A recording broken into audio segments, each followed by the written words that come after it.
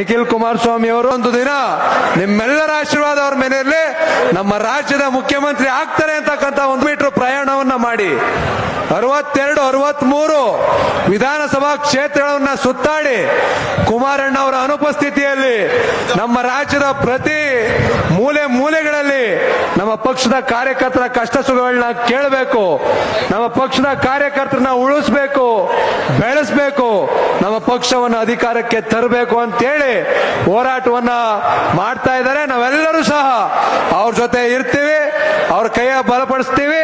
ಈ ರಾಜ್ಯದಲ್ಲಿ ಮುಂದಿನ ಬಾರಿಗೆ ಕುಮಾರಣ್ಣ ಅವರು ಮುಖ್ಯಮಂತ್ರಿ ಆಗೇ ಆಗ್ತಾರೆ, ಮೈತ್ರಿ ಪಕ್ಷ ಅಧಿಕಾರಕ್ಕೆ ಬಂದೇ ಬರುತ್ತೆ. ಜೊತೆಗೆ ಮುಂದೊಂದು ದಿನ ನಮ್ಮ ರಾಜ್ಯದಲ್ಲಿ ಇವತ್ತೇನು ನಮ್ಮ ಯುವಕರು, ಮಹಿಳೆಯರು, ಹಿರಿಯರು ಎಲ್ಲರ ಆಶಾವಾದ ಒಂದೇ, ವಿಶೇಷವಾಗಿ ನನ್ನಂತ ಯುವ ಶಾಸಕರು, ನಮ್ಮೆಲ್ಲ ಯುವ ಮಿತ್ರರು, ನಮ್ಮೆಲ್ಲ ನಾಯಕರ ಆಶಾವಾದ ಏನಪ್ಪಾ ಅಂತ ಹೇಳಿದ್ರೆ ನಿಖಿಲ್ ಕುಮಾರಸ್ವಾಮಿ ಅವರು ಕಷ್ಟಪಟ್ಟು ಹಗಲು ರಾತ್ರಿ ಕಷ್ಟಪಟ್ಟು ನಮ್ಮ ಪಕ್ಷವನ್ನ ಕಟ್ತಾ ಇದ್ದಾರೆ, ಬೆಳೆಸ್ತಾ ಇದ್ದಾರೆ, ಹೋರಾಟವನ್ನ ಮಾಡ್ತಾ ಇದ್ದಾರೆ. ಮುಂದೊಂದು ದಿನ ನಿಮ್ಮೆಲ್ಲರ ಆಶೀರ್ವಾದ ಅವ್ರ ಮೇಲೆಯಲ್ಲಿ ನಮ್ಮ ರಾಜ್ಯದ ಮುಖ್ಯಮಂತ್ರಿ ಆಗ್ತಾರೆ ಅಂತ.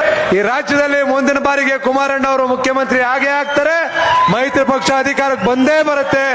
ಜೊತೆಗೆ ಮುಂದೊಂದು ದಿನ ನಮ್ಮ ರಾಜ್ಯದಲ್ಲಿ ಇವತ್ತೇನು ನಮ್ಮ ಯುವಕರು, ಮಹಿಳೆಯರು, ಹಿರಿಯರು ಎಲ್ಲರ ಆಶಾವಾದ ಒಂದೇ, ವಿಶೇಷವಾಗಿ ನನ್ನಂತ ಯುವ ಶಾಸಕರು, ನಮ್ಮೆಲ್ಲ ಯುವ ಮಿತ್ರರು, ನಮ್ಮೆಲ್ಲ ನಾಯಕರ ಆಶಾವಾದ ಏನಪ್ಪಾ ಅಂತ ಹೇಳಿದ್ರೆ ನಿಖಿಲ್ ಕುಮಾರಸ್ವಾಮಿ ಅವರು ಕಷ್ಟಪಟ್ಟು ಹಗಲು ರಾತ್ರಿ ಕಷ್ಟಪಟ್ಟು ನಮ್ಮ ಪಕ್ಷವನ್ನ ಕಟ್ತಾ ಇದ್ದಾರೆ, ಬೆಳೆಸ್ತಾ ಇದ್ದಾರೆ, ಹೋರಾಟವನ್ನ ಮಾಡ್ತಾ ಇದ್ದಾರೆ.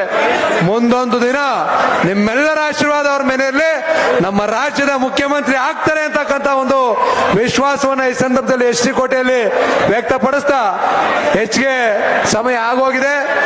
ನಮ್ಮ ಕೃಷ್ಣ ನಾಯಕರು ಯಾರು ಹೇಳ್ತಾರೆ? ಕೃಷ್ಣ ಯಾರು ಮಾತಾಡ್ತಾರೆ ನೆಕ್ಸ್ಟ್?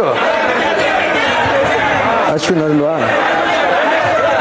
ಈಗ ನಿಮ್ಮನ್ನೆಲ್ಲ ಕುರಿತು ನೀವೆಲ್ಲ ಬಹಳ ಕಾತರದಿಂದ ಕಾಯ್ತಾ ಇದ್ದೀರಿ. ನಮ್ಮ ಯುವ ನಾಯಕರು, ನಮ್ಮ ರಾಜ್ಯದ JDS ಯುವ ಘಟಕದ ರಾಜ್ಯಾಧ್ಯಕ್ಷರು ಮುಂದೊಂದು ದಿನ ನಮ್ಮ ಭವಿಷ್ಯದ ಆಶಾ ಕಿರಣವಾದಂತ ನಿಖಿಲ್ ಕುಮಾರಸ್ವಾಮಿ ಅವರು ನಿಮ್ನೆಲ್ಲ ಕುರಿತು ಮಾತನಾಡ್ತಾರೆ ಅಂತ ಹೇಳಲಿಕ್ಕೆ ನಾನು ಬಯಸ್ತೇನೆ. ನಾನೇ ಹೇಳ್ತೀನಿ,